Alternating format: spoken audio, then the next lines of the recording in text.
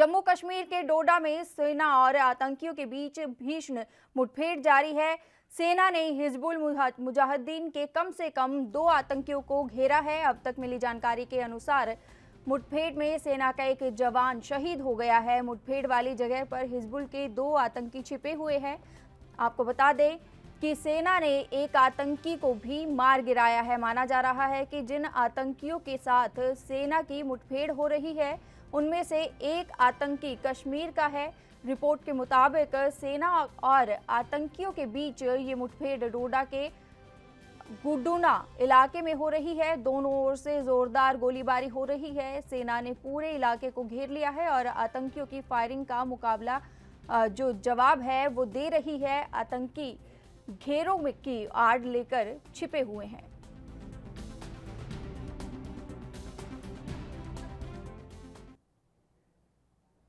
वित्त मंत्री निर्मला सीतारमण 20 लाख करोड़ रुपए के आर्थिक पैकेज से जुड़ी 5वीं और आखिरी चरण की घोषणा की। उन्होंने वित्त मंत्री ने कहा कि प्रधानमंत्री मोदी ने कहा था कि आपदा को अवसर में बदलने की जरूरत है। उसी के मुताबिक ये आर्थिक पैकेज तैयार किया गया है।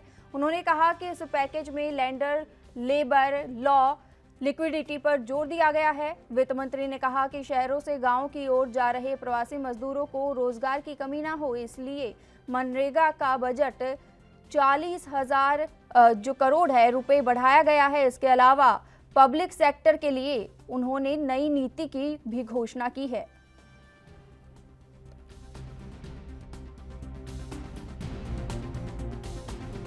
जोधपुर के सांसद और केंद्रीय जल शक्ति मंत्री गजेंद्र सिंह शेखावत ने कहा है कि प्रधानमंत्री नरेंद्र मोदी ने आत्मनिर्भर भारत पैकेज के माध्यम से समाज के प्रति वर्ग को संबल देने का महत्वपूर्ण कदम उठाया है। राज्य के प्रत्येक पात्र तक ये लाभ पहुंचे और राजस्थान का विकास हो, ये हमारी सामूहिक जिम्मेदारी है। और उन्होंने क्या कुछ कहा वो भी सुनिए। देखिए, माननीय प्रधानमंत्री जी ने कोविड की आपदा के प्रारंभ से जिस तरह से कोविड से देश को बचाना और बचाने के साथ साथ में इस चुनौती को अवसर के रूप में परिवर्तित करते हुए नया भारत बनाना, आत्मनिर्भर भारत बनाना, ये संदेश देश के सामने दुनिया व्यक्त किया और दुनिया के सामने ये संकल्प रखा कि हम इस चुनौती को अवसर में बदलेंगे और भारत को एक समर्थ, सक्षम, आत्मनिर्भर राष्ट्र बनाएंगे। और इस दृष्टिकोण से बहुत सारे पॉलिसी रिफॉर्म्स के साथ साथ में कई सेक्टर्स को इंसेंटिवाइजेशन करने का। बिहार में कोरोना संक्रमण के आंकड़े लगातार बढ़ते ही जा रहे हैं। इसी बीच रविवार को संक्रमण रोकने के लिए जारी लॉकडाउन का अंतिम दिन है। बिहार के मुख्यमंत्री नीतीश कुमार ने लॉकडाउन को 31 मई तक बढ़ाने का आग्रह केंद्र की नरेंद्र मोदी सरकार से किया है। देश भर में राज्यों के मुख्यमंत्रियों के साथ प्रधानमंत्री की बैठक में भी मुख्यमंत्री नीतीश कुमार ने लॉकडाउन को बढ़ाने को लेकर अपनी राय रख चुके हैं।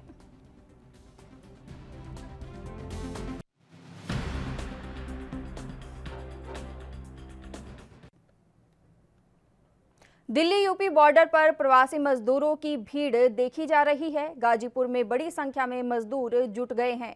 जानकारी के मुताबिक औरैया सड़क हादसे के बाद यूपी सरकार के उस आदेश के बाद ये भीड़ जुटी है जिसमें कहा गया है कि जो मजदूर पैदल जा रहे हैं उन्हें प्रशासन बस उपलब्ध कराएगी। जानकारी के मुताबिक बॉर्डर पर मजदूर लाइन लगाकर बस का इंतजार कर रहे हैं।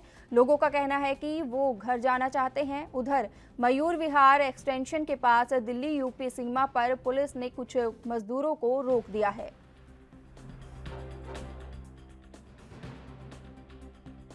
से या अन्य राज्यों से यूपी बॉर्डर पर आ गए थे। इन लोगों को सबको समझाया गया है कि उचित साधन द्वारा ही यात्रा की जाए। ट्रेनों से चलें या रजिस्ट्रेशन कराएं अपना, बसों से चलें।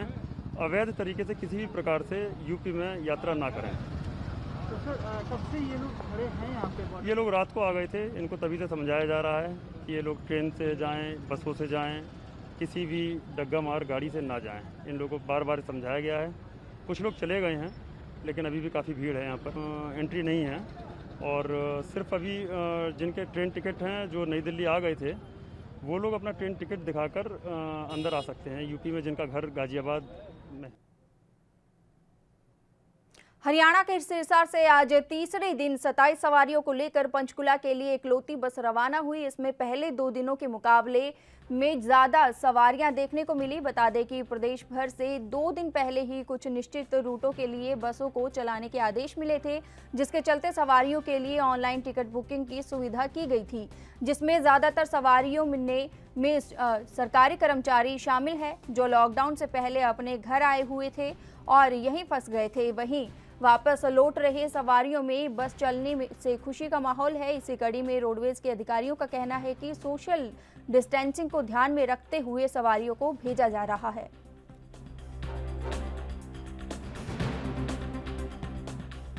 यहीं सिरसा से हूँ, मेरा 4 वाला गांव है और पंचकुला जा रहा हूँ। पंचकुला सर्विस कर रहे हैं, ड्यूटी ज्वाइन करने के लिए जा रहे हैं। तो इतने दिन से घर बैठे। तो बस चली है, कैसा महसूस कर रहे हैं? वो बस चली है तो इसमें थोड़ा सा रात महसूस तो कर ही रहे हैं, नहीं तो इतने दिन घर बैठे थे। और सोशल डिस्टेंस वाली भी ये जो है वही भी ठीक है, अभी इसमें भी बचाव है अपना। बस 8 बजे सिरसा से आज पंचकुला के लिए रवाना हुई है और उसमें 27 सवारी ने ऑनलाइन बुकिंग करवाई थी और बस अपने सही समय पर पंचकुला के लिए चल पड़ी है। सामाजिक दूरी का ध्यान रखते हुए सभी पैसेंजर्स की थर्मल स्क्रीनिंग की गई और सोशल डिस्टेंसिंग का जो मापदंड तय किया गया उस अनुसार बस सवारियों को यात्रा करवाई गई है। बसों पे जो क्रॉस मार्किंग सीटों पे की गई है वहाँ सवारियों को बैठने की अनुमति नहीं है, क्योंकि ये सब कुछ सोशल डिस्टेंसिंग के मद्देनजर रखते हुए। कोरोना वायरस का कहर जहां देश दुनिया में फैला हुआ है, जिसे देखते हुए हिमाचल के कुल्लू में प्रशासन मुस्तैदी से काम कर रहा है। हालांकि जिला लाहौल स्पीति में अभी तक कोरोना का कोई भी मामला सामने नहीं आया है, लेकिन स्थानीय प्रशासन इस संक्रमण को रोकने के लिए कोशिशें कर रहा है। वहीं इसी कड़ी में स्थानीय संस्थाएं भी मदद को आगे आई हैं, जिसके चलते 14 अप्रैल से ही घाटी में आने वाले वाहनों को सैनिटाइज किया जा रहा है और टैक्सी चालकों को भी सैनिटाइजर बांटे जा रहे हैं। इसके अलावा प्रमुख बाजारों और घरों को भी सैनिटाइज करने का काम शुरू किया गया है ताकि कोरोना वायरस के संक्रमण को फैलने से रोका जा सके।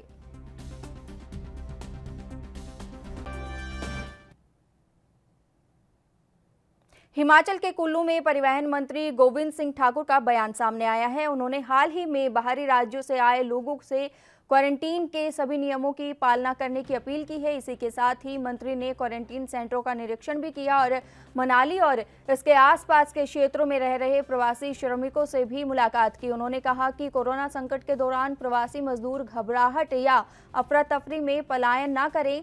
सरकार ने अब सभी विकास कार्यों और निजी निर्माण कार्यों को मंजूरी प्रदान कर दी है। जहाँ पर क्वारंटीन सेंटर्स हैं और जहाँ पर ज़्यादा संख्या में जो बाहर से हमारे लोग आए उनको ठहराया गया है, उन अधिकतर जगहों पर मैं व्यक्तिगत रूप से जाके आया हूँ। आज सबसे पहले तो हम मनाली के होटल रोहतांग मनालसू में गए, जहाँ पर लगभग 38 के करीब लोग हैं जिनको क्वारंटाइन किया गया है और वहाँ पर बहुत अच्छी व्यवस्था और सभी लोगों से हम मिले भी और सब ने पूर्ण रूप से संतोष प्रकट किया कि हर तरह से हमको यहाँ पर अलग से कमरे भी और हर तरह से खाना रहना सारी व्यवस्था बहुत उचित है। फिर उसके पश्चात हमने माउंटेनियरिंग इंस्टीट्यूट में, जहाँ पर कल जो गोवा से लगभग 400 जो हमारे बच्चे आए हैं तो उनमें से 88 जो है वो माउंटेनियरिंग इंस्टीट्यूट में रखे गए हैं और माउंटेनियरिंग इंस्टीट्यूट के हॉस्टल हमारे बहुत अच्छे हैं। जब भी हमारे कोर्सेज होते हैं तो वहीं पर होते हैं और उसके अतिरिक्त 10 लोग और हैं जो पहले से वहाँ पर आए थे, इनको रखा गया है तो लगभग 98 लोग और उनसे भी मिल कर गया है। तो वहाँ भी हर प्रकार की व्यवस्था बहुत पूर्ण है, बहुत अच्छी है। और फिर उसके बाद हम जो नवोदय स्कूल है जहाँ पर 295 बच्चे हैं जो गोवा से आए हैं, तो सब लोग बहुत संतुष्ट हैं और सब ने अपने मुख्यमंत्री जयराम ठाकुर जी का धन्यवाद किया है कि हमको इतनी दूर से लेके भी आए और हमको यहाँ पर व्यवस्था भी की। फिर उसके पश्चात हम ये कि लगभग 20 लोग ऐसे हैं जो वैष्णो माता मंदिर में रखेंगे, उनसे मिल कर के आए तो सारी व्यवस्था और उसमें हमने सब जगह खाने की व्यवस्था भी की है, रहने का भी अच्छा है। और मुझे लगता है कि इतने बड़े काम के लिए जो जयराम ठाकुर जी की सरकार जितना अच्छे प्रकार से सारी व्यवस्थाओं को कर रही है कि वह काम बहुत बड़ा है। और लगभग गत जो दिन गए हैं 92,000 लोग जो हिमाचल प्रदेश के स्टूडेंट्स हैं और हमारे श्रमिक हैं, ऐसे बहुत से लोग प्रदेश के अंदर आए हैं। और अभी भी लगभग 70-80 हज़ार लोग और हैं जो बाहर के प्रदेशों में हैं। महाराष्ट्र में कोई 8 से 10 हज़ार के बीच में है और मैक्सिमम स्टूडेंट्स हैं। ऐसे कर्नाटक में भी बहुत प्रदेशों में, दिल्ली में है, गुड़गांव में है, लेकिन सबको क्रमबद्ध तरीके से ला भी रहे और बाकी सावधानियां भी उसमें। हरियाणा के करनाल के ग्रामीण क्षेत्र से गुजर रही आवर्धन नदी टूट गई। इससे पानी कई गांवों में घुस गया और वहां बाढ़ जैसे हालात बन गए। बता दें कि जिले के घरोंडा क्षेत्र के पास रावल गांव में नहर के एक किनारे पैच बना हुआ था।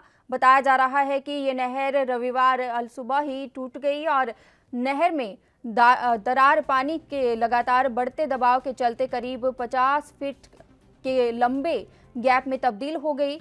इसी के साथ भारी मात्रा में पानी नहर से बाहर निकलकर ग्रामीण क्षेत्रों की ओर बढ़ने लगा। इसी जानकारी के चलते आपको बता दें कि ग्रामीणों के साथ पुलिस प्रशासन के अधिकारियों को मिली तो चारों तरफ हड़कंप मच गया। फिलहाल प्रशासन ने युद्ध स्तर पर राहत और बचाव का काम शुरू कर दिया है। और क्या ये सर गाँव रावर है, ये 3-4 बजे की नाइट टूट रही है। देखो आपके सामने कितना पानी हो गया। 3-4 बजे की टूट रही। सूर फार्म वाले का बहुत नुकसान हो गया जी। तो ये गांव में पानी घुस गया अंदर? गांव में बहुत दूर दूर तक देखो, जहाँ तक आपकी जा रही है नजर, बहुत पानी घुस गया। गांव का नुकसान बहुत हो गया जी। तो कौन सी?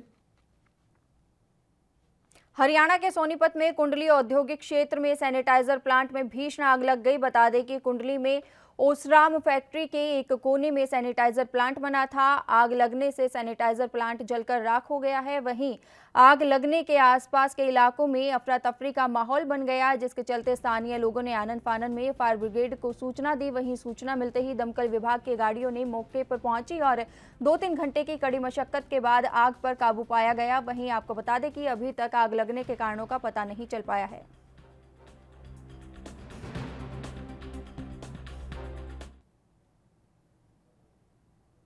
यूपी के सहारनपुर में एक ही परिवार के 3 घरों में आग लगने का मामला सामने आया है। दरअसल मामला थाना बिहारीगढ़ क्षेत्र के कुर्डी खेड़ा गांव का है, जहां एक ही परिवार के 3 घरों में भयंकर आग लग गई। वहीं आग लगने से घर के अंदर रखा सामान जलकर खाक हो गया। वहीं ग्रामीणों ने आग बुझाने का प्रयास किया और सूचना मिलने पर पुलिस और फायर ब्रिगेड की गाड़ियां मौके पर पहुंची। वहीं कड़ी मशक्कत के बाद आग पर काबू पाया गया।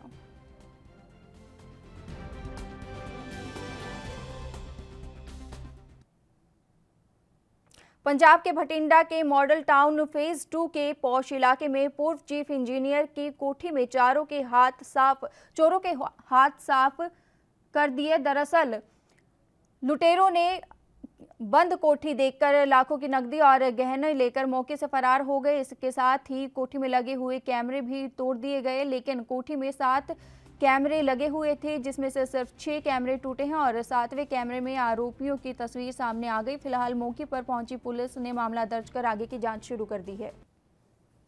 इतने कर्फ्यू लगे हुए हैं,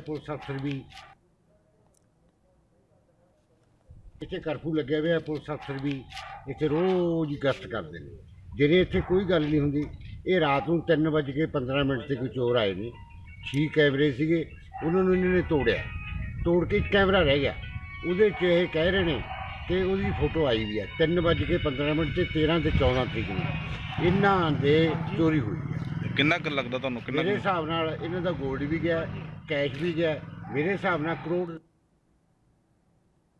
राजस्थान के डूंगरपुर में कोरोना पॉजिटिव का आंकड़ा बढ़ता ही जा रहा है। 6 कोरोना पॉजिटिव और के सामने आए हैं। बता दें कि सभी 6 कोरोना पॉजिटिव आसपुर क्षेत्र के रामगढ़ के 2 बोडीगामा, खजूर फला, ओडी, सकानी, साबला से एक मरीज सामने आए हैं। बता दें कि ये सभी मरीज मुंबई से लौटे थे और अब जिले में कोरोना पॉजिटिव का आंकड़ा बढ़कर 42 हो गया है।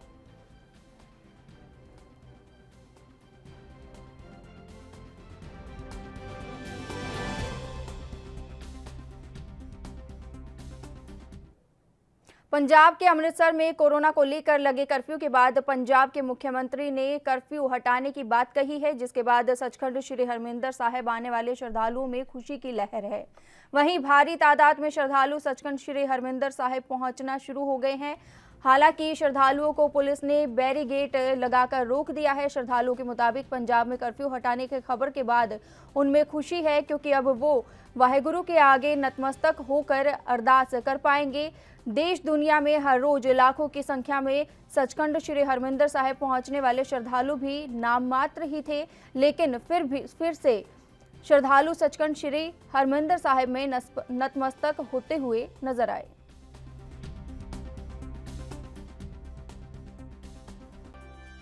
रश्मि अति मत्था टेकना की कहना चाहते हो? मैं कहना चाहनी हाँ कि ये गुरु की नगरी है और जिहड़ा कल सरकार ये लॉकडाउन चुक रही है, कर्फ्यू चुक रही है, यह एक चंगा बहुत ही चंगा उपराला है जो कि सारी मनुखता की भलाई का जिहड़ा यह स्थान है जिथे सरबत दे भले की अरदास की जाती है।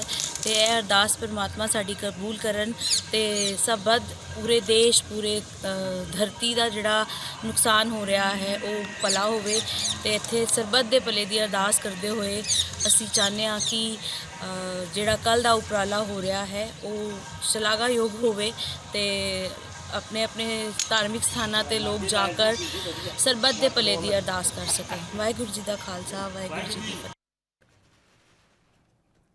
राजस्थान के लक्ष्मणगढ़ में रह रहे पश्चिम बंगाल के श्रमिकों को बस से रवाना किया गया। शनिवार को करीब 38 लोगों को Laxmangarh national highway Modi college के पास से एसडीएम कुलराज मीणा, अधीक्षक अधिकारी सीताराम कुमावत की देखरेख में रवाना किया गया। हालांकि बस में बैठने से पहले उनकी हेल्थ स्क्रीनिंग की गई, साथ ही बसों को सैनिटाइज किया गया। इसके अलावा श्रमिकों को खाने के पैकेट, बिस्किट और पानी की बोतल और मास्क दिए गए।